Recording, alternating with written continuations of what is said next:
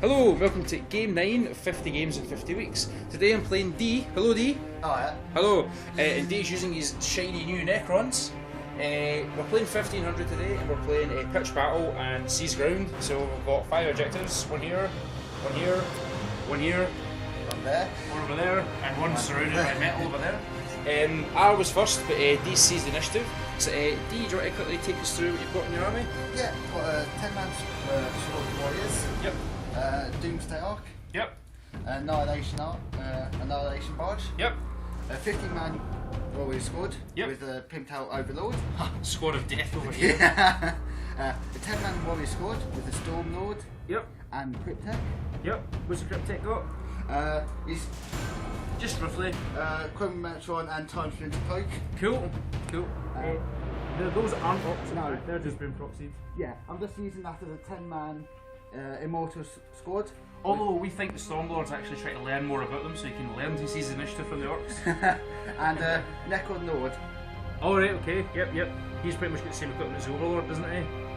He's got a war scythe and that, War doesn't he? scythe and Yeah. red orb and Mind Shackle Scouts. Cool. Myself, my Vendettas are actually in the repair shop at the minute, so I've had to go with a bit of a modified list. I've got still got the veteran squads, as usual, so they're there and there. I've got the Sanction Psychers and the Chimera with the Primaris Psyker. I've got the Lehman Russes, they've got front last cannons and multi-metal sponsons, just because I try and get some bit of anti-tank in.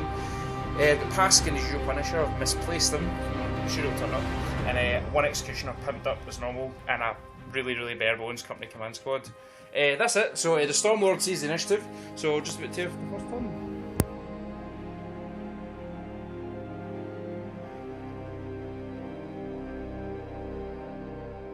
Okay, I send the turn 1.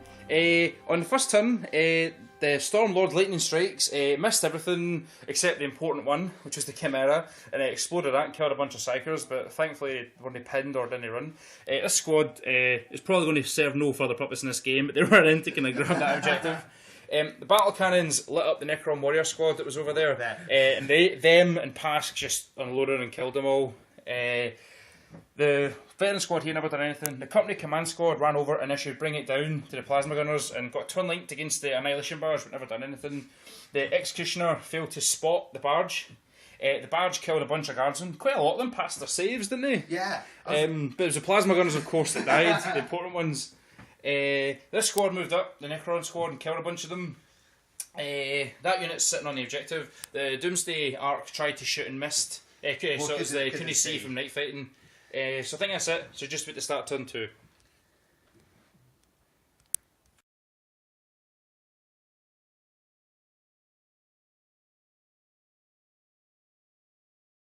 Right, okay, that's the end of turn 2. We'll try to go quickly because we're on limited time.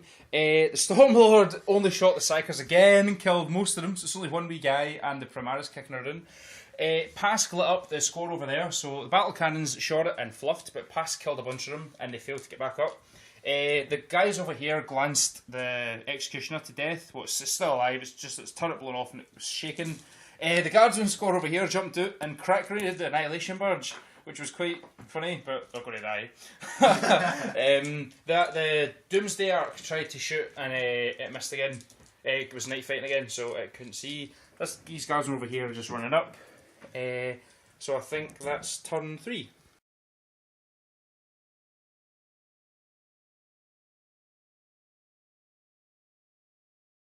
Okay, that's the end of turn 3, but we've run out of time, so we're just going to call it there. I'm sitting on 2 objectives at the minute, and Dee's sitting on 1. Yeah. But based on the situation of the game, we're going to call it a draw because there's too many unknowns to say what's going to happen. Because we think I've got these objectives safe, but this objective is going to be heavily contested over here, and this objective up here is pretty much safe as well. And there's only so much I can do with Lehman Russes to contest. So it is really one of these ones that could go either way. So we're not going to declare one way or another because we don't think it's fair. On the last turn, the lightning exterminated the Psychers. So it's 3 turns, 3 direct hits. They're all dead. Killed the Chimera and then killed them. That's how do you do this? This is like sorcery. It's all planned. It's part of the plan. Yes. It's part of the plan. Tactical genius. Jeez, oh, don't get me started on that. Creed! The battle cannons in past just ploughed into these guys and killed a few of them. The guardsmen, the heroes, the veterans ran up and crack grenaded the annihilation barge. And then the immortals just said, what's going on here? And kind of removed them from existence. The company command squad done a couple of the Necrons in. The Executioner done a couple of them in. The Necrons came down and they tried to shoot the Executioner and failed. The Immortals ended up killing the Guardsmen. The Necrons over there tried to tag Pask and shake him, but never managed. And because Pask was lit up from shooting before, the Annihilation Barge hit, but it just scattered right off them. I mean, I genuinely think I genuinely don't know how this game would have went. It's very up in the air at the minute, It's one of those games where it would have come down to the final turn. Yeah. That would have been 5, 6, or 7. Yeah. You just don't know. I know. So we're going to call it a draw. So thanks for that, D. Sorry about cutting it short. And thanks for that, and we'll see you for game 10 soon. Cheers.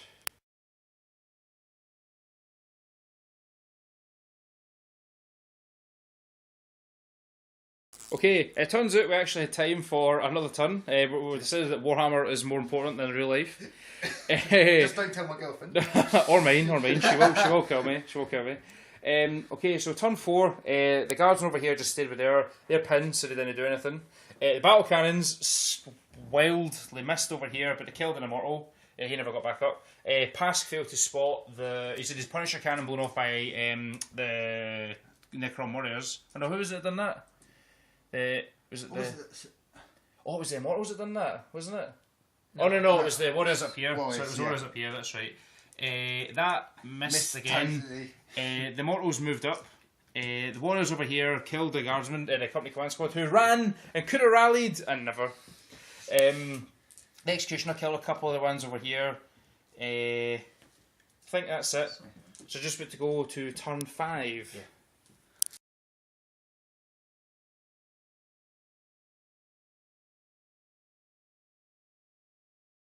Okay, that's the end of turn 5. We're rolling out, we're fighting on, we got another turn. The squad over here continued to hide. The Guardsman squad over here ran up and just had run away from the warriors. The Necron Lord walked up and cut the Executioner in half.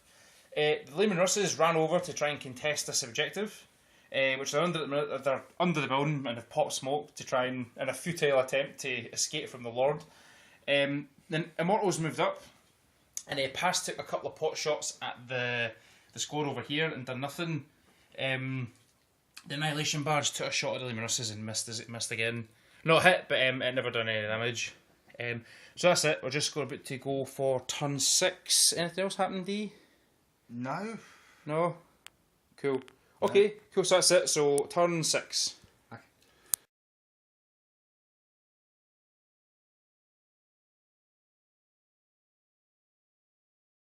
Okay, that's the end of the game. Ended on turn 6. Another fight, which has not gone to turn 7. Over here, I've still got an objective over here. Still got this objective here. And the Lehman Russes ran up and contested this objective despite the Necron Lord trying to cut him to pieces with his war scythe. The Stormlord and his unit over here have got this objective here. I think that's it. So what happened on the last turn is this Guardsman squad still done nothing. They continued to move around to escape the Necron Warriors. The Lord in the Immortal unit and the Lord with the Necron Warriors ran up and tried to kill Lehman Russes, but they were on 6s to hit and only got 1, so it was quite unlucky. Pask machine gunned a couple of the Stormlord unit, and that was about it. He's literally been sitting with his machine guns on autopilot for the entire game. I was saying to the guys, it's like he sat and put all his guns on automatic and sat and read the paper for the entire game. That's pretty much what's happened.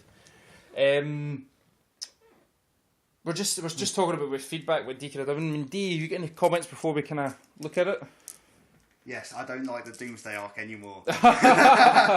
Although, come on, you had some. I mean, the first 3 turns of this game, the Chimera with the Sanction Psychers got exploded. Then the Psychers took like 5 casualties from the lightning. Then they died the subsequent turn to the lightning. Yeah. You couldn't have scripted that. That was That was insane. You couldn't have even planned that to have the same, effectively the same. It's not even that. That's the thing, because it's not even like you're targeting the lightning. It's random and it's madness. But what we're saying is over here, we think that Franco's stuck around for the post battle commentary. We think that the Immortals should probably have tried to get around here to try and fight this Guardsman unit here, because they've pretty much been unharmed for the whole game. So like, every time they've been shot at, they've gone to ground just to try and avoid getting their head kicked in. I mean, don't know, you guys get any other thoughts or? That was it really. The Immortals are an infantry unit, you know, and they really had to engage some infantry in order to sort of be useful. And there was a point here when they could have started snaking through the terrain and got line of sight and even been moving towards that objective, and by the amount of time they had, they would have actually been on that objective in turn 6. Yeah. You know, and like, you couldn't have held them back, you know, they could have snaked out to make sure they get cover saves as they're moving across, and then as they hit them, the line pulls itself back in, so you could have been shooting them, but they would have getting cover saves the whole way through. And the problem would have been there, if I'd have been forced around here, then they've got this Necron warrior unit waiting on them around the corner, so even if I'd retreated away around the corner, get an equally warm. He could have left his mini lords standing right here, which means if your Lehman Russes came over to contest this, they would have death or gloried his mini lord and trying to rip our Lehman Russes apart. Yeah, I mean, the thing is, losing the Section Psychers is such a blow, especially against Necrons, because my strategy in previous games against the new Necrons is focus on one unit and then we can resolve them, and then that way if you kill a bunch of them and they fall back, they automatically don't get the chance to get back up. But I didn't even get a chance to do it because the Stormlord clearly had bigger plans for them. That was like I say, you could honestly not have scripted that. That was insane. But no, thank you very much for that, Dee. And thanks to Franco for sticking around for this one. Because of Franco, we thought Dee was going to go to his train, but Franco's been the hero. As I said, Warhammer takes precedence over life. So we'll see you next for Game 10, which is going to be a special mission. So thanks very much for watching, and we'll see you for the next video.